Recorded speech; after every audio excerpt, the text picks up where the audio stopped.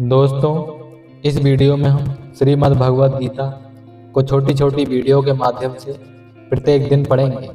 आइए शुरू करते हैं। श्रीमद् भगवद गीता हिंदुओं के पवित्रतम ग्रंथों में से एक है। महाभारत के अनुसार कुरुक्षेत्र युद्ध में भगवान श्री कृष्ण ने गीता का संदेश अर्जुन को सुनाया था। यह महाभारत के भीष्म पर्व के अंतर्गत दिया गया एक उपनिषद है। भगवद गीता में एक ईश्वरवाद, कर्मयोग, ज्ञान योग, भक्ति योग की बहुत सुंदर ढंग से चर्चा हुई है। श्रीमद् भगवद गीता की पृष्ठभूमि महाभारत का युद्ध है। जिस प्रकार एक सामान्य मनुष्य अपने जीवन की समस्याओं उलझकर किंकर्तव्यमूढ़ हो जाता है और जीवन की समस्याओं से लड़ने की बजाय उससे भागने का मन बना लेता है, उसी प्रकार अर्जुन जो महाभारत के महानायक थे, अपने सामने आने वाली समस्याओं से भयभीत होकर जीवन और क्षत्रिय धर्म से निराश हो गए। अर्जुन की तरह ही हम सभी कभी कभी अनिश्चय की स्थिति में या तो हताश हो जाते हैं और या फिर अपनी समस्याओं से विचलित होकर भाग खड़े होते हैं। इसलिए भगवान श्री कृष्ण ने जन सामान्य के लिए कर्तव्यनिष्ठ मार्ग को इंगित करने के लिए इस महाज्ञान को गीता के माध्यम से प्रस्तुत किया है। हम सभी 18 अध्याय आपके लिए संस्कृत श्लोकों के सरल हिंदी अनुवाद के साथ आपके लिए प्रकाशित कर रहे हैं ताकि आप इसे आसानी से पढ़ सकें। अध्याय पहला, अर्जुन विषाद योग। भगवान श्री कृष्ण ने अर्जुन को निमित्त बनाकर समस्त विश्व को गीता के रूप में जो महान उपदेश दिया है, यह अध्याय उसकी प्रस्तावना रूप है। उसमें दोनों पक्ष के प्रमुख योद्धाओं के नाम गिनाने के बाद मुख्य रूप से अर्जुन को कुटुंब नाश की आशंका से उत्पन्न हुए मोह जनित विषाद का वर्णन है। धृतराष्ट्र उवाच धर्म क्षेत्रे कुरुक्षेत्रे समवेता युयुत्सवा मामका पांडवाश्च वै किम कौरवत संजय। धृतराष्ट्र बोले, हे संजय, धर्म भूमि कुरुक्षेत्र में एकत्रित युद्ध की इच्छा वाले मेरे पांडु के पुत्रों ने क्या किया? दृष्टवा तु पांडवानीकम व्यूढ़म दुर्योधन स्तदा आचार्यमुप संडागम राजा वचनम प्रवृत्त। संजय बोले, उस समय राजा दुर्योधन व्यूह रचनात्मक पांडवों की सेना को देखकर और द्रोणाचार्य के पास जाकर यह वचन कहा, पश्चैताम पांडुपुत्राणा माचार्य महीतीम चमूमम व्यूढ़ाम द्रुपदपुत्रेण तब शिष्येण धीमता। हे आचार्य, आपके बुद्धिमान शिष्य द्रुपद पुत्र धृष्टद्युम्न के द्वारा व्यूहाकार खड़ी की हुई पांडुपुत्रों की इस बड़ी भारी सेना को देखिए। अत्र सूरा महेश्वासा भीमार्जुन समायुधि युयोधाना विराटश्च द्रुपदश्च महारथा धृष्टकेतुश्च कितानां काशीराजश्च वीर्यवान् पुरजिकुन्त भोजश्च सौव्यच्च नरपुंडागम्बा युद्धा मन्युश्चम विक्रांत उत्तमौजाश्च वीर्यवान् सौभद्रो द्रौपद्याश्च सर्व एव महारथा।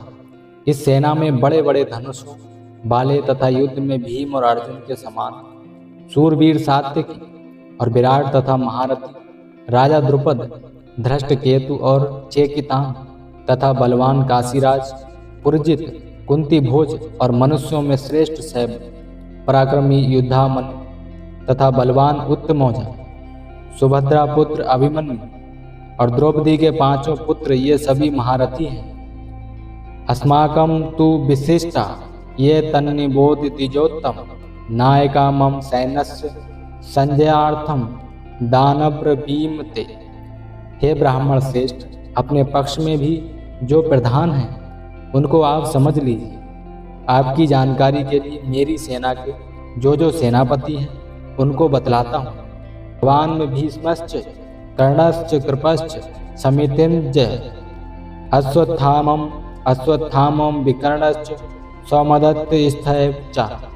आप द्रोणाचार्य और पितामह भीष्म तथा कर्ण और संग्राम विजयी कृपाचार्य तथा वैसे ही अश्वत्थामा, विकर्ण और सोमदत्त का पुत्र भूर्श्रवा अने च बहवा सूरा मदर्थे त्यक्त जीवता नाना शस्त्र प्रहारणा सर्वे युद्ध विशारदा, और भी मेरे लिए जीवन की आशा त्याग देने वाले बहुत से शूरवीर अनेक प्रकार के अस्त्र शस्त्रों से सुसज्जित और सब के सब युद्ध में चतुर हैं। अपर्याप्तम तदस्माकं बलम भीष्माभिरक्षितम पर्याप्तम त्वमेतेषां बलम भीमाभिरक्षितम। भीष्म पितामह द्वारा रचित हमारी वह सेना सब प्रकार से अजय है, और भीम द्वारा रक्षित इन लोगों की यह सेना जीतने में सुगम है। अयनेषु च सर्वेषु यथा भागम वस्थिता भीष्ममेवाभिरक्षन्तु भवन्तः सर्व एव ही। अर्थात इसलिए सब मोर्चों पर अपनी अपनी जगह स्थित रहते हुए आप लोग सभी निसंदेह भीष्म पितामह की सब ओर से रक्षा करेंगे। संजय ने कहा, तस्य संजय नयन हर्षम कुरु वृद्धा पितामह सिंहनादम विनतोच्च शंखड़म दधम प्रतापवामम। कौरवों में अर्थात कौरवों में वृद्ध बड़े प्रतापी पितामह भीष्म ने उस दुर्योधन के हृदय में हर्ष उत्पन्न करते हुए उच्च स्वर से सिंह की दहाड़ के समान गरज कर शंख बजाया। तथा शंखाश्च भैर्यश्च पड़बान कागो मुखा सहसेवा भयहयन्तम सा शब्द स्तु मूलम अभवत। इसके पश्चात शंख और नगारे तथा ढोल मृदंग और नरसिंहे आदि बाजे एक साथ ही बज उठे। उनका वह शब्द बड़ा भयंकर हुआ। तथा श्वेतय हरि युभुक्ते महते स्यंदने स्थितौ माधवा पांडवश्च दिव्यो शंखो प्रदुम्बता। इसके अनंतर सफेद घोड़ों से युक्त उत्तम रथ में बैठे हुए श्री कृष्ण महाराज और अर्जुन ने भी अलौकिक शंख बजाए। पांचजन्य हृषिकेशो देवदत्तम धनंजय पौंड्रोदध्युमो महाशंखम भीम कर्मा ब्रकोदर। अर्थात श्री कृष्ण महाराज ने पांचजन्य नामक, अर्जुन ने देवदत्त नामक और भयानक कर्म वाले भीमसेन ने पौंड्र नामक महाशंख बजाया। अनंत विजयम राजा कुंती पुत्रो युधिष्ठिरा नकुला सहदेवश्च सुघोष समणि पुष्प को। कुंती पुत्र राजा युधिष्ठिर ने अनंत विजय नामक और नकुल तथा सहदेव सुघोष और मणि पुष्प का नामक शंख बजाए। काशस्य परमेश्वसा शिखंडी च महारथा धृष्टधुम्नो विराटश्च सात्विकीश्चा पराजिता द्रौपद्याश्च सर्वसा पृथिवीपते सौभद्रस्य महाबाहु शंखानंदम पृथक।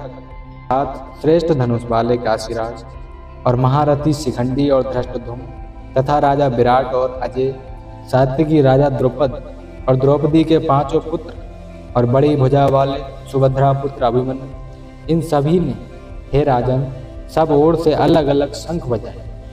सा घोषो धार्त राष्ट्रणाम हृदयानि व्यदार्यत नभश्च पृथ्वीं चैव तुमलो व्यनुनादयन। और उस भयानक शब्द ने आकाश और पृथ्वी को भी गुंजाते हुए धार्त राष्ट्रों के अर्थात आपके पक्ष वालों के हृदय विदीर्ण कर दी।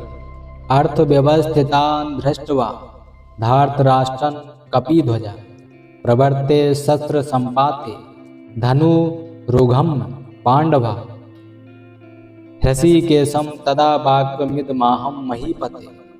अर्जुन उपाज सैन्योरुभयोर मध्य रथम स्थापय में अच्युत। हे राजन, इसके बाद कपिध्वज अर्जुन ने मोर्चा बांधकर डटे हुए धृतराष्ट्र संबंधियों को देखकर उस शस्त्र चलाने की तैयारी के समय धनुष उठाकर हृषिकेश श्री कृष्ण महाराज से यह वचन कहा, हे अच्युत, मेरे रथ को दोनों सेनाओं के बीच में खड़ा कीजिए। या वो देता निरीक्षम अयम